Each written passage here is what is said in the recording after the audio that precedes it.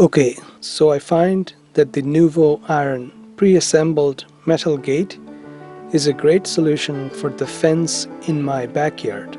Although I do find the instructions provided by Nuvo to be a bit confusing, maybe even incorrect for the product I bought, that is gate size 33 inches wide by 68 inches tall.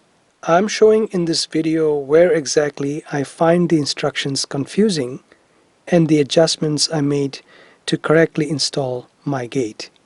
I'm zooming first into the section of the instructions that show how to attach hinge collars on the frame of the gate. This one was the easy part, and I was able to attach the hinge collar while being careful to avoid my fingers from pinching while inserting the frame to the spring-loaded collar.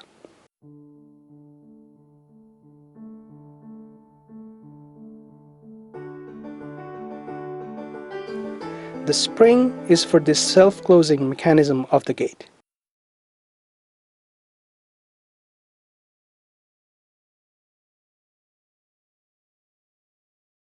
Next, I'm zooming into the section of the drawing that shows how the hinge is to be screwed to the wooden post.